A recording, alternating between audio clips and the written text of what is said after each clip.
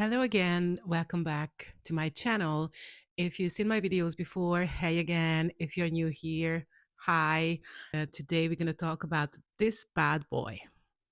Well, she's one of my regular client and she is very good usually, but this time a little oopsie situation happened. And this is a perfect example, even if you're a very good nail technician, sometimes client can do these kind of things and they end up in this kind of situation. But no worries, this video, I'm going to walk you through step by step how to fix this kind of stuff. This client is a dog groomer. What we have to know about her, that there are two girls who work for her. One of them washes the dogs and dries them, and the other one pre-cuts, and she just does the final result. So basically, she doesn't have to touch a lot of water while she is working.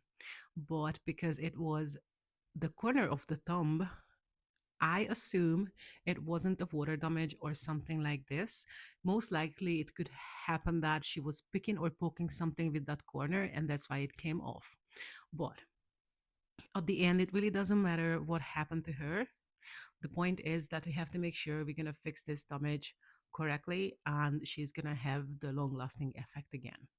Uh, Before we jump in, I would just like to say, if you notice that you have a client and she, time to time, she comes back always with the same damage, it means that they do something with their nails and they don't realize they're doing it. Quick example, I have another client who has the same issue with her thumb. And I noticed that she was keep coming back with the same corner, the same damage. And once I told her, I would like you to pay attention what you're doing, because obviously doing something, if the rest of your nails are completely perfect and this is the only one that get damaged the same corner every each time, it means you're doing something even if you don't notice what you're doing. And 3 weeks later, she came back and she realized what happened.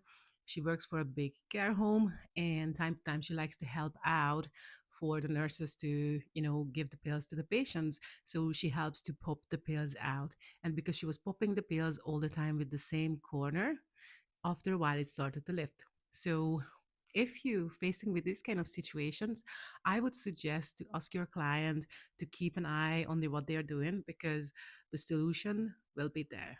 But let's go back to this client. So what happened was that I removed the previous color and I noticed that she has lifting. The best way to notice that if someone has lifting is that the lifting part will be lighter color.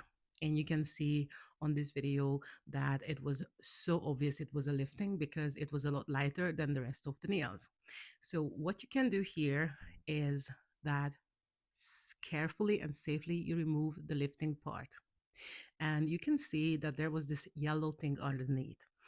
The yellow thing is basically when you have your own natural nail and the product is over the natural nail, and obviously you have the gap because you have the lifting. So basically the water and the dirt stuck between because you have a gap. This was probably not like an old thing, it looked fresh, because if it was older it would look a lot worse. So after you remove everything you need to use a hand file because it's more safe than do it with a drill bit. And on this video, you can see that everything is removed that was lifting. You can see that I kept the other part of the Acrygel because it wasn't lifting, it was in a perfect condition. So I didn't spend another 15 minutes to remove everything completely because I could see that part of the Acrygel was completely perfect. So after this, you have to make sure that when you can see everything is perfect and there is no more damage on the nail, I mean on the product, you dust it off perfectly, because what we learned from previous video, what I always say, you need three things that makes your nail more perfect: dry, matte, and clean.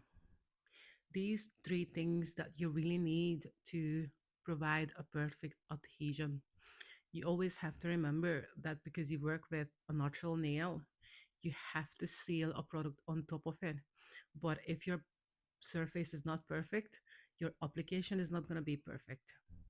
If you don't remove the dust before you make sure it's dry, clean, and matte, you will stick the product onto the dust, and the dust is not a solid surface, so it will come off. I highly suggest to buy a high quality dust brush because it will help your application a lot better and it will give you a more long lasting result. Because I use Acrygel, I only use two different preparation liquids. One of them is the hydrator, what everybody uses, and the other thing is called acid-free primer because the Acrygel has a very good adhesion, so I don't need to use more preparation liquids than these. After I applied the preparation liquids, I put on a bigger bead of Acrygel because obviously I had to fill up that cup that I filed off. So once I do an infill and nothing is damaged, I obviously put on a smaller bead because I have a smaller cup to infill. But because this other part was missing, I had to put on a bigger bead and I just applied it and I basically created the C curve. Acrygel is a really good thing to work with because it's a lot faster and less pain in the bum than hard gel or acrylic.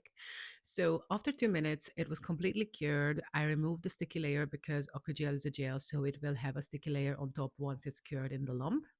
And I filed into shape. Then we agreed in a color. Basically, she let me to pick. So I picked this beautiful icy sparkly blue, as you can see. And at the end, here is the finished result. So that's how I solved this problem. I really hope it helped you. If you have any question, just feel free to ask. I'm going to come back soon with another video. Thank you so much for watching. Bye.